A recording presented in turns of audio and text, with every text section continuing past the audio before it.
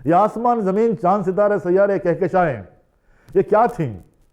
اس کو ہم قرآن پاک کی روشنی میں اور جدید سائنس کی روشنی میں جاننے کی کوشش کریں گے۔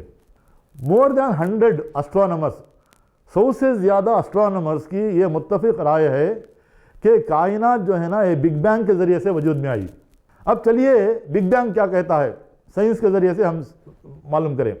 سائنٹسٹ مور دین 100 جو ہے نا مور دین 100 کی ایک متفق رائے ہے۔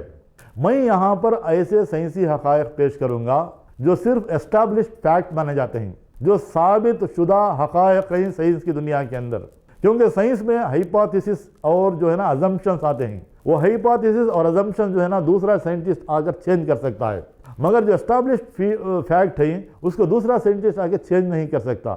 صرف میں حقائق جو ہے ثابت شدہ حقائق جو اسٹیبلشڈ فیکٹ ہیں سائنس کی دنیا کے اندر جو قرآن سے ٹیلی ہوتے ہیں، صرف وہی باتیں میں رکھوں گا، کیونکہ بہت سارے لوگوں کی غلط فہمی یہ ہوتی ہے کہ کیا بھائی قرآن کو سائنس سے جاننا کیا اگر بلکہ، تو میں ہائپوتھیسس اور ازمپشنز نہیں رکھوں گا بلکہ اسٹیبلشڈ فیکٹ رکھوں گا۔ اب چلیے بگ بینگ۔ اسٹرانومرز کہتے ہیں کہ primary nebula that was in gaseous form then there is a secondary separation. کیا کہتے ہیں؟ یہ بگ بینگ جو ہے ایک بہت سارے ایک گیشیس جو ہے ایک گیس کے گولے کی شکل میں تھے اور گولا پھٹا۔ گولا پھٹنے کے بعد جو ہے نا بہت سارے کہکشائیں وجود میں آ گئیں۔ یہ آسمان اور زمین جو یہ ہے یہ سب سارے کے سارے جو ہیں مل کر تھے۔ تو یہ primary nebula that was in gaseous form then there was a separation, secondary separation ہو گیا، اور سپریشن ہونے کے بعد جو ہے نا کہکشائیں ہیں جو ہے نا پھیل رہے ہیں، دس یونیورس از ایکسپینڈنگ۔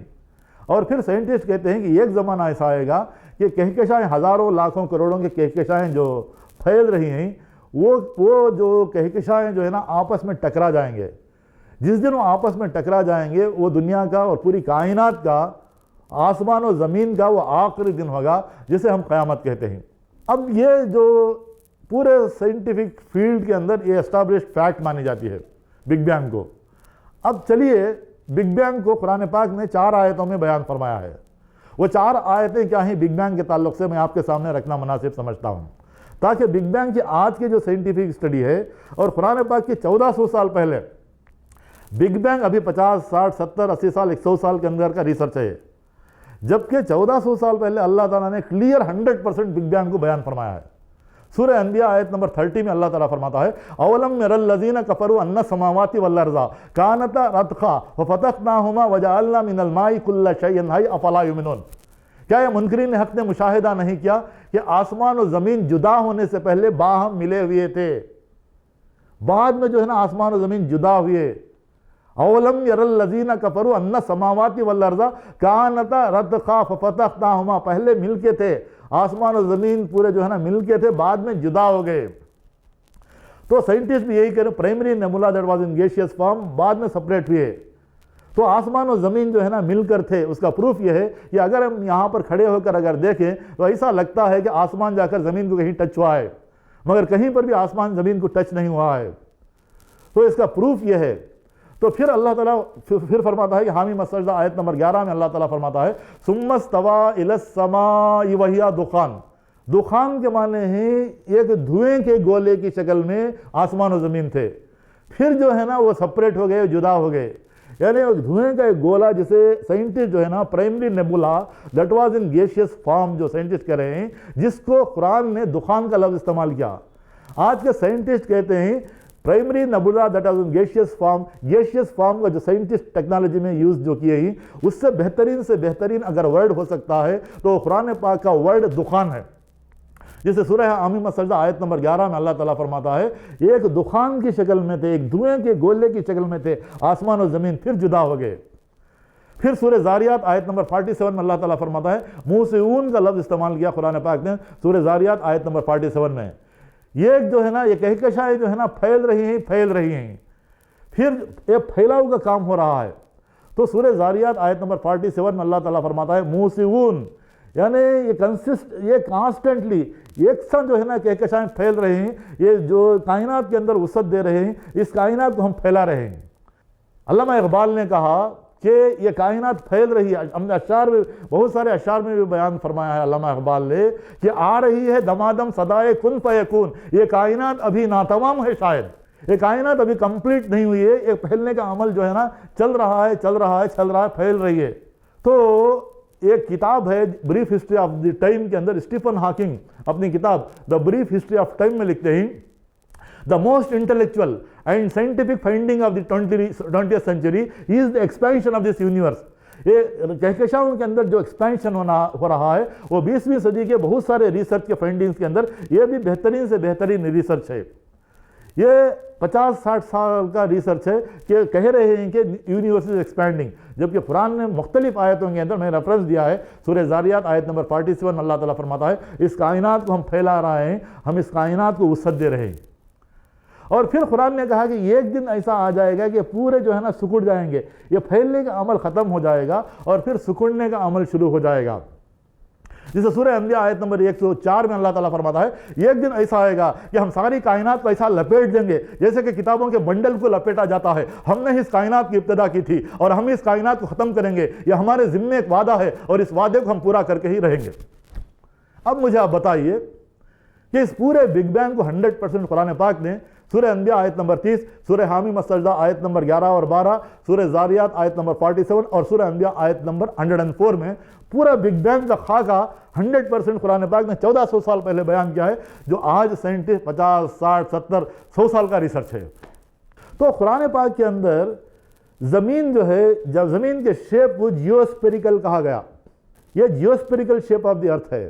سورہ لقمان کی آیت نمبر 29 میں اللہ تعالیٰ فرماتا ہے الم تر ان اللہ یولج اللیل فی النہار ویولج النہار فی اللیل، کیا تم نے مشاہدہ نہیں کیا کہ ہم رات کو دن میں کیسے پروتے ہیں اور دن کو رات میں کیسے پروتے ہیں۔ پھر جو ہے نا سورہ الزمر آیت نمبر 5 میں اللہ تعالیٰ فرماتا ہے یکور کا لفظ استعمال کیا، یہ رات کو ہم دن پر لپیٹتے ہیں اور رات کو دن کو رات میں لپیٹتے ہیں۔ یہ coiling of the night and the day, یہ کائلنگ کا عمل جو ہے نا اسی وقت ہو سکتا ہے جبکہ زمین جو ہے وہ جیوسپیریکل شیپ ہو۔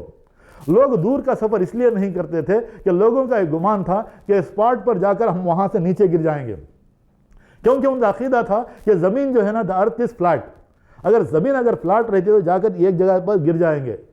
تو قرآن نے کہا کہ یہ لپٹنے کا عمل جو ہے نا رات کو اور دن میں کیسے پروتے ہیں، اس پر غور و فکر کیجئے۔ پھر سورہ نازیات کی آیت نمبر 30 میں اللہ تعالیٰ فرماتا ہے وَالْأَرْضَ بَعْدَ ذَلِكَ دَحَاهَا، دُوَا means egg of an ostrich, شتر مرغ کے انڈے کے شیپ میں ہے زمین کا شیپ، وَالْأَرْضَ بَعْدَ ذَلِكَ دَحَاهَا، دُوَا مینس جو ہے نا ایگ آف این آسٹرچ، دوسرے انڈے کا ذکر نہیں کیا قرآن پاک نے۔ شتر مرغ کا انڈا جو ہے جیوسپیریکل شیپ میں ہوتا ہے، فلیٹنڈ ایٹ دا پولز، تو اس شیپ کو قرآن پاک نے 1400 سال پہلے بیان کیا۔ قرآن پاک میں سورج کو شمس، سراج، وہاج، دیا کہا گیا اور چاند کو قمر، نور، منیر کہا گیا۔ قمر، نور، منیر کے معنی ہیں باروڈ لائٹ اور ریفلیکٹڈ لائٹ، شمس، سراج، وہاج، دیا کے معنی ہیں ون لائٹ۔ کہیں پر بھی قرآن پاک میں سورج کو نور، منیر، قمر نہیں کہا گیا، اور کہیں پر بھی پورے قرآن پاک کے اندر چاند کو شمس، سراج، وہاج، دیا کے الفاظ استعمال نہیں کیے گئے ہیں۔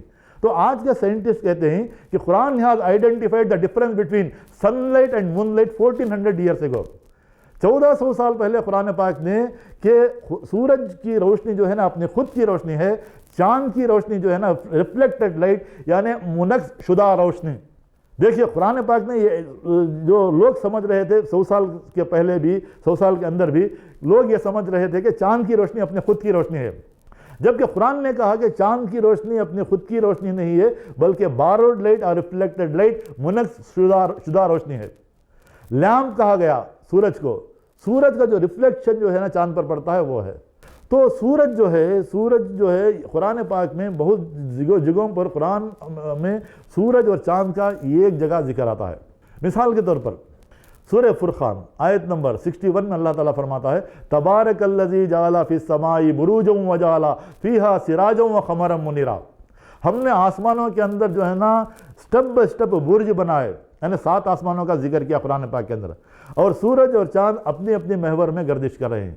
ذرا غور فرمائیں، تبارک الذی جعل فی السماء بروجا وجعل فیہا سراجا وقمرا منیرا، یعنی سراج کو جو ہے نا چمکتا ہوا یعنی جلتا ہوا جو ہے نا ایک چراغ بنایا، اور چاند کو جو ہے نا یعنی روشنی بنایا، اس کی روشنی یعنی ریفلیکٹڈ لائٹ بنایا۔ مثال کے طور پر سورہ انبیاء کی آیت نمبر 33 میں اللہ تعالیٰ فرماتا ہے وَهُوَ الَّذِي خَلَقَ اللَّيْلَ وَالنَّهَارَ وَالشَّمْسَ وَالْقَمَرَ كُلٌّ فِي فَلَكٍ يَسْبَحُونَ۔ اللہ تعالیٰ کے نشانیوں میں سے یہ ہے کہ رات اور دن کا باری باری سے آنا اور سورج اور چاند اپنی اپنی محور میں گردش کر رہے ہیں۔ یسبحون کا لفظ اگر میں استعمال کروں ایک آدمی کے لیے جو پانی میں چل رہا ہے تو صرف وہ چل ہی نہیں رہا ہے بلکہ دوڑ رہا ہے اور گھوم بھی رہا ہے، both rotation as well as revolution. تو ذرا غور فرمائیں کہ قرآن پاک نے 1400 سال پہلے سورج اور چاند کا ذکر کیا، تو یہاں پر جو ہے نا پھر نیکسٹ سیریل میں جو ہے نا میں انشاءاللہ آگے قیامت کے تعلق سے قیامت کا جو ہولناک کیا جو ہے قرآن پاک نے جو بیان کیا ہے انشاءاللہ میں بیان کرنے کی کوشش کروں گا۔ وآخر دعوانا ان الحمدللہ رب العالمین۔